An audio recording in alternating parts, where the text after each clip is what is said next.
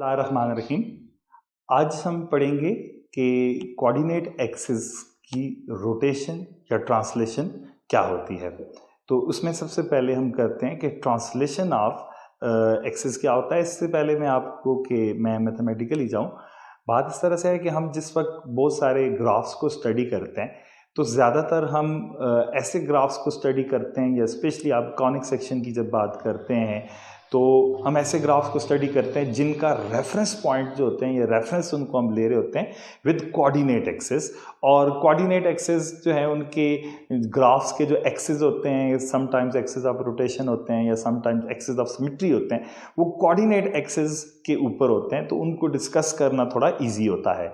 लेकिन समटाइम्स जब आपके पास ग्राफ ऐसी पोजीशन में हो प्लेन में कि उसके जो एक्सिस हैं वो कोऑर्डिनेट एक्सिस के साथ मैच ना कर रहे हो बल्कि एक सर्टेन एंगल पे हो, तो उनको वहाँ पे डिस्कस करना, अगर डायरेक्टली अगर हम उनको कोऑर्डिनेट एक्सिस के साथ लिंक करके उनको स्टडी करेंगे तो वो थोड़ा मुश्किल हो जाता है। इसलिए हमें क्या करना पड़ता है कि समटाइम्स हमें एक्सिस को ट्रांसलेट करना पड़ता है और समटाइम्स हमें एक्सिस को रोटेट करना पड़ता है। तो ये दोनों कॉन्सेप्ट मैं करता हूँ। देखिएगा, सबसे पहला हमारा टॉपिक है कि ट्रांसलेशन ऑफ एक्सिस क्या होता है। तो ट्रांसलेशन ऑफ एक्सिस जो है वो क्या होगा, तो इसमें ये देखें कि अगर आपके पास एक्स वाई कोऑर्डिनेट है, ये एक्स वाई प्लेन है,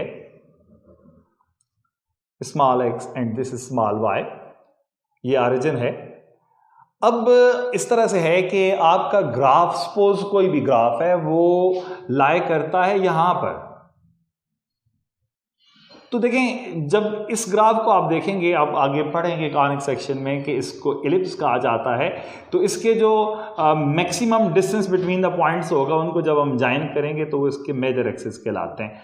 और इसके माइनर एक्सिस जो होंगे, जो इन दोनों प्लेन्स, मतलब वो इस दोनों का जब हम मिड पॉइंट निकालेंगे तो इनको ज्वाइन करेंगे तो इसके साथ परपेंडिकुलर लाइन के साथ ये वाली लाइन जो है ये इसकी मेजर माइनर एक्सिस होगी।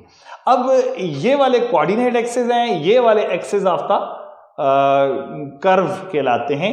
अब यही ग्राफ अगर यहां पे होता तो इसको स्टडी करना इजी था, लेकिन ये ग्राफ ऑरिजिन वाली पोजीशन पे नहीं है, यानी इस इलिप्स का सेंटर ऑरिजिन पे नहीं है, इसलिए यहां पे इसको डिस्कस करना, स्टडी करना as compare to the ellipse which have centre here, उसके साथ इसको स्टडी करना, अगर यही इलिप्स यहां पे होती तो इसको स्टडी करना कंपैरेटिवली इजी था as compare to this ellipse. तो हम क्या करते हैं, बजाय ये कि हम ये करने के मतलब इसको यहां इस कर्व को इन एक्सिस की रिस्पेक्ट से डिस्कस करें, हम अपने एक्सिस को यहां पे शिफ्ट कर देते हैं। अब इस शिफ्टिंग के दो मेथड हैं, क्या कि यानी इसको, इन लाइंस को आप ऐसे ड्रा करें कि ये जो नई लाइंस हैं ये पुराने एक्सिस के पैरेलल रहें, यानी मतलब ये कि इनकी डायरेक्शन चेंज ना हो।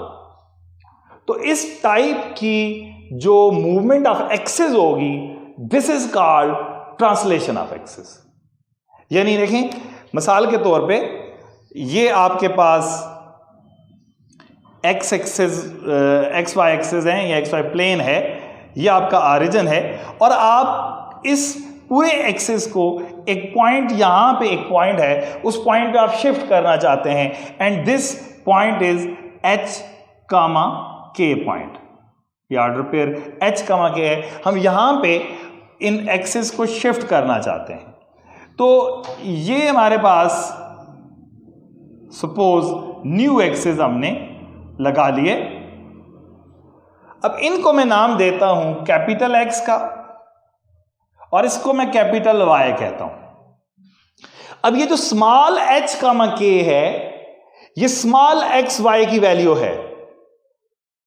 अगर इसको इन कैपिटल एक्स वाई के हिसाब से देखा जाए तो कैपिटल एक्स वाई के लिए ये पॉइंट ऑरिजिन है। मतलब क्या हुआ कि ये जो कैपिटल एक्स वाई है, यहां पे इस पॉइंट पर ये जो वैल्यू है ये स्मॉल एक्स वाई की है, और अगर आप इसको कैपिटल एक्स वाई की वैल्यू यहां पर देखें तो वो इक्वल टू 0 0 है। अब एक बात नोट करें कि यहां पर जो हाइट है, यानी इस लाइन की जो हाइट है इससे, वो क्या है, के हाइट पे है ये, क्योंकि ये पॉइंट जो होता है, ये पॉइंट h का के है, तो इस पॉइंट की एक्स एक्सिस से जो हाइट आती है वो k यूनिट्स आती है, और जो इसका y एक्सिस से डिस्टेंस आता है वो h यूनिट्स आता है। तो इसमें हम ये कह सकते हैं कि जो कैपिटल X पॉइंट है, ये इसको अगर आप कैलकुलेट करें तो ये आएगा capital X is equal to small x minus h and capital Y equal to small y minus k।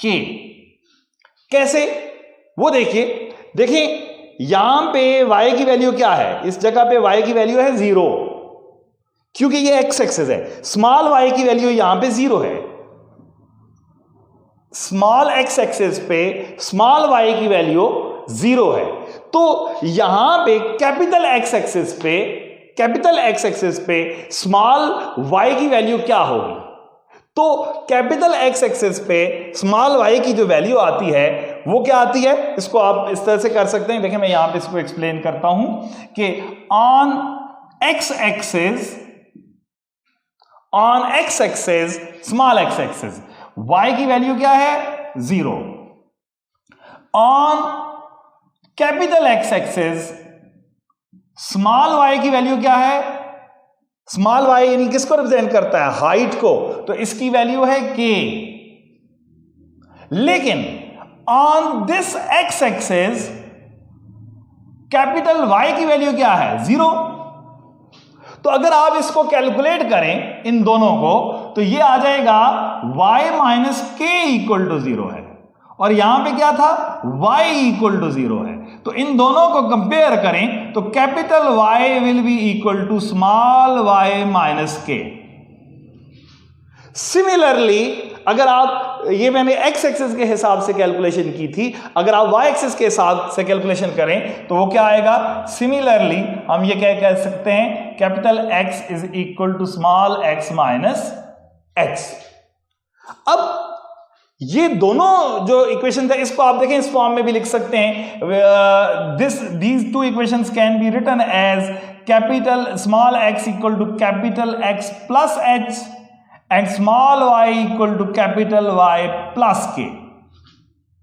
ये हमारे पास जो चार इक्वेशंस बनती हैं, ये इक्वेशन और ये इक्वेशन एक जैसी चीजें ही हैं, ये दोनों सिर्फ क्या किया है, इधर से आपने स्मॉल h को इस साइड पे ले आए हैं, बाकी वही चीज है। तो इन इक्वेशंस को या उन इक्वेशंस को, these equations are called equations of translation, यानी ट्रांसलेटरी मूवमेंट में आप ये कह सकते हैं कि आपके जो न्यू एक्सिस हैं और जो आपके ओल्ड एक्सिस हैं, ओल्ड एक्सिस यानी स्मॉल एक्स वाई और जो न्यू एक्सिस है वो कैपिटल एक्स वाई, वो आपस में पैरेलल होंगे। तो ये जो इक्वेशंस हैं इनको हम क्या कहेंगे, इक्वेशंस ऑफ ट्रांसलेशन।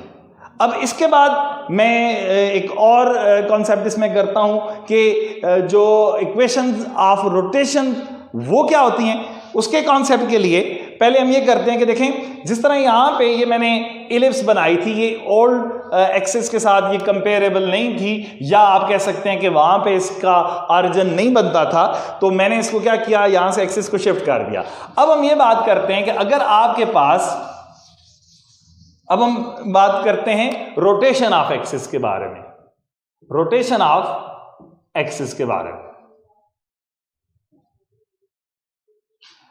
सपोज ये आपके पास एक्स वाई कोऑर्डिनेट प्लेन है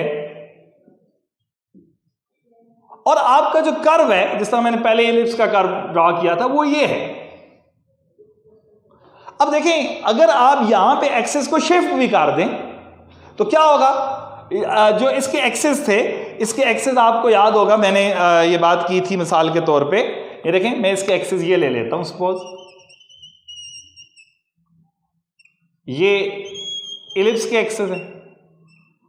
अब अगर आप यहां पे इन एक्सेस को ट्रांसलेट करते हैं तो वो एक्सेस ये आएंगे। तो फिर यहां पे क्या इशू है कि जो हमारे पास न्यू एक्सेस हैं वो अभी भी जो इलिप्स के एक्सेस हैं उनके साथ मैच नहीं कर रहे, बल्कि एक सर्टेन एंगल बना रहे हैं उसके साथ। तो इसका मतलब क्या हुआ, यहां पर सिर्फ ट्रांसलेशन काम नहीं करेगी। तो इस इशू को रिजॉल्व करने के लिए हम क्या करते हैं, हम जो हमारे पास जो ओरिजिनल एक्सेस होते हैं उनको हम एक सर्टेन एंगल पे रोटेट करते हैं। यानी क्या होगा, ये आपके पास स्मॉल एक्स वाई एक्सिस थे, अब हम क्या करते हैं, एक सर्टेन एंगल से इसको, इस प्लेन को रोटेट करते हैं और ये हमारे पास न्यू एक्सिस आ जाते हैं। इसको हम लिखते हैं कैपिटल एक्स और ये कैपिटल वाई, और ये एक सर्टेन एंगल थीटा के साथ रोटेशन हुई। अब नोट करें, अगर थीटा को आप 0 कर दें तो क्या होगा, small x equal to capital X हो जाएगा। यानी इसका मतलब क्या, देयर इज नो रोटेशन।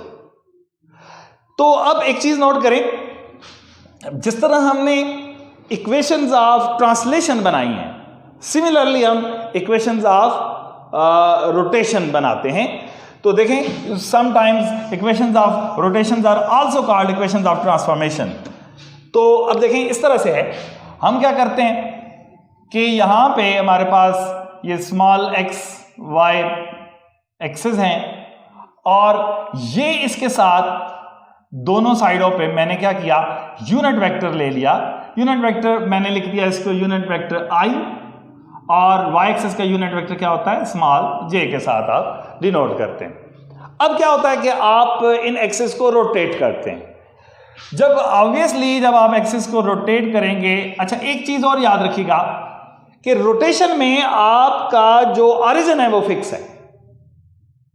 जब आपने ट्रांसलेशन की थी तो आपने ओरिजिन को मूव करवाया था, और जो न्यू कोऑर्डिनेट एक्सेस थे वो पैरेलल थे जो ओरिजिनल कोऑर्डिनेट एक्सेस थे उनके साथ। यहां पे क्या है कि न्यू कोऑर्डिनेट एक्सेस जो हैं वो एक सर्टेन एंगल पे हैं ओल्ड कोऑर्डिनेट एक्सेस के साथ, लेकिन दोनों एक्सेस का, दोनों रेफरेंस प्लेन्स का जो ओरिजिन है वो सेम है। तो ये फॉर एग्जांपल आप इसको कहते हैं कैपिटल एक्स, और इसके साथ ये आ गया कैपिटल वाई, और ये सर्टेन एंगल है सपोज थीटा। अच्छा, अब देखें, जब आपने ये यूनिट वेक्टर लिया है स्मॉल एक्स एक्सिस के साथ, तो जब आप इसको रोटेट करेंगे तो यहां पे ऊपर नया वेक्टर, यहां पे अगर यूनिट वेक्टर लिया जाए तो उसको आप स्मॉल आई नहीं लिख सकते।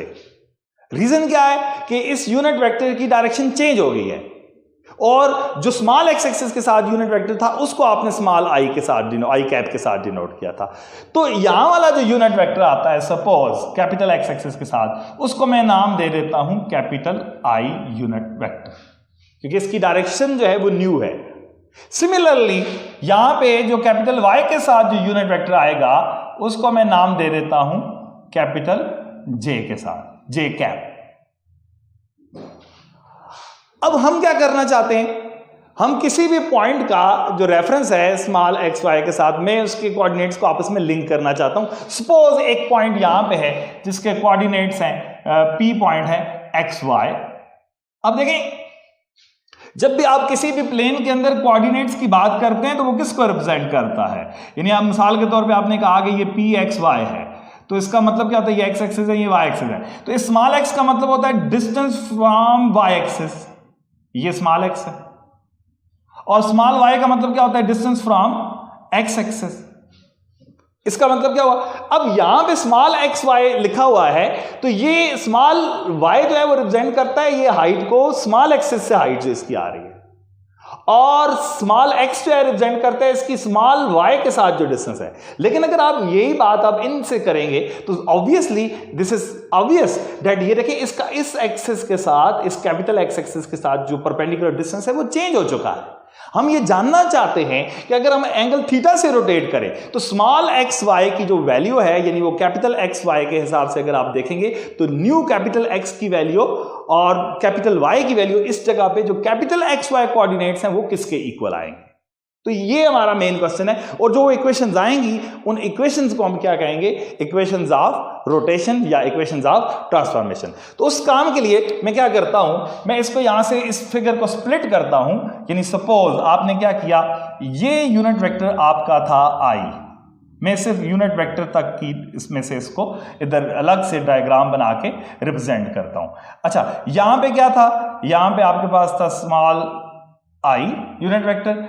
अच्छा, अगर आप ये एंगल थीटा था, यही फिगर मैं यहां पे ड्रा कर रहा हूं, यहां से अगर मैं परपेंडिकुलर ड्रा करूं तो ये एक राइट ट्रायंगल बन गई।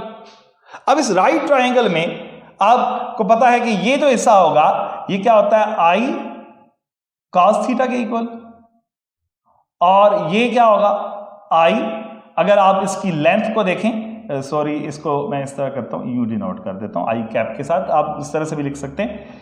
तो ये देखें यहां पे आएगा, ये वाला ऐसा आएगा आई कैप का मैग्नीट्यूड, ये इस लेंथ की बात मैं कर रहा हूं यहां तक की, कॉस ऑफ थीटा, और ये क्या होगा आई कैप का मैग्नीट्यूड साइन ऑफ थीटा।